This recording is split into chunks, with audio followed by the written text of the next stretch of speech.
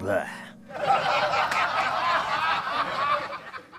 John of Doom says, when Robert would come to NYC for a merch meeting with Arturo or whatever, the first thing he would want to do is get good pizza because LA pizza sucks. Ha ha ha ha ha.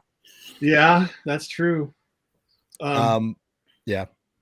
Yeah, Arturo was awesome. I don't know if you're familiar with who Arturo was, but he was the guy who did the presidential seal for the Ramones. Oh, Arturo Vega. Yeah, Arturo Vega. Oh, so you knew Arturo. I was the Ramones merch guy for several years too. Oh, hey, it's only fucking 90 minutes into the show. Hey, I was the Ramones merch guy. Yeah, sorry. Like, what the fuck? Bury the fucking lead. What the fuck? Holy shit. In the 90s you were? In the 90s, yeah. In the late 90s, early 2000s. And, oh my God. Up until Joey died. Well, when Joey died, everything changed, but I was the merch guy for a few years after that. But anyway, yeah, I worked with the band for like 6-7 years. That's amazing. So you were on the road with No. Like I was after they had stopped touring is when I started. They had a deal with a company called Winterland, which was Bill Graham. I don't know if you know who Bill Graham was. He's this promoter? Big guy. Yeah, promoter guy. He had a merch company called Winterland back in the 70s and 80s, and they were with Winterland, and then their Winterland deal was over. I went to the last show actually in LA, and their stuff was over. And then Arturo got in touch and wanted us to do it for Hot Topic and retail at the time, and because nobody was doing it after Winterland lost it. So I worked with the band, and when Joey died, it was sad.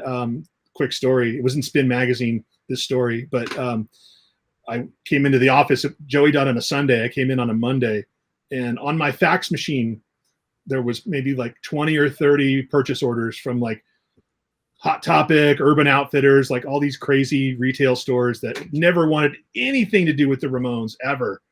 And they were just totally, his corpse was still warm, and they were just like, they just wanted, they wanted to cash in. But I'm the one responsible for putting it on Paris Hilton and making it more of a brand. And then we got fired. I got fired by Joey's brother's manager in 2000 and Mickey Lee. Mickey has a manager named Dave Fry who was he was Cheap Trick's manager at the time. So anyway, that's my Ramones story. But anyway. Question. So when first of all, what was it? Okay, that last show, what do you remember from the last show? What was that like? Did you see the two of them clash on stage where they were walking off after the final song? They were playing Anything You Want. Everybody they just kind of all went their own way. It was kind of sad. You would think they would like take a final bow or something. And I forgot how many shows it was. It was an insane amount of shows they had played. 2,226. And I think Arturo had only missed like 2 or 3 of them. And anyway, it was a real sad thing. And then, but they reunited. I don't know if people know this, but they reunited maybe like 6 months later on Howard Stern. And they did a in New York City at Tower for the release. So I've seen it. It's on YouTube. They kind of made up on Howard Stern a little bit. I saw that when Joey and Johnny are sitting next to each other, and Howard's like, boy, you two. He's like, why don't you look at each other? Just look at each other. Just look at each other in the eyes and just say hi. And Johnny is like smiling awkwardly, and so is Joey. He's like, they like turn to his like, hi Johnny. Hey Joey, like it was so funny. Joey actually broke down and said, "Thank you for being my business partner" or something on air. Like he actually thanked Johnny, and I guess they hadn't spoke since he took Linda away. But anyway, Well, here's the thing. I had Monty Melnick on the show, on this very show, actually, on this awesome. Pizza Punk show. Yeah, Monty's and I asked him.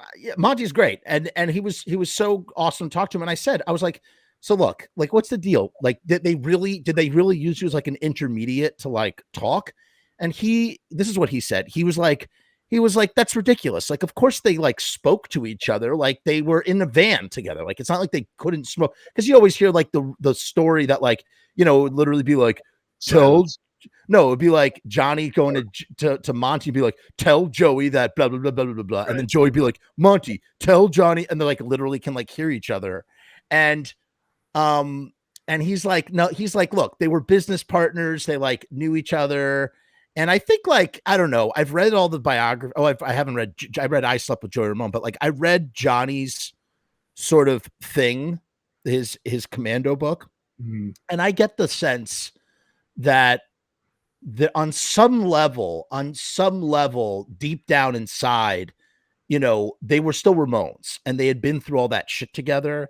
Yeah. And that like, even if he was trying to like stay on brand, that like they must have had love for each other on some deeper level. I think there was definitely a respect there, but they just respect. Yeah. That's a good way to put it. Yeah. That's a good, and here's my other question. So now Arturo, he had, he designed the logo. Mm-hmm.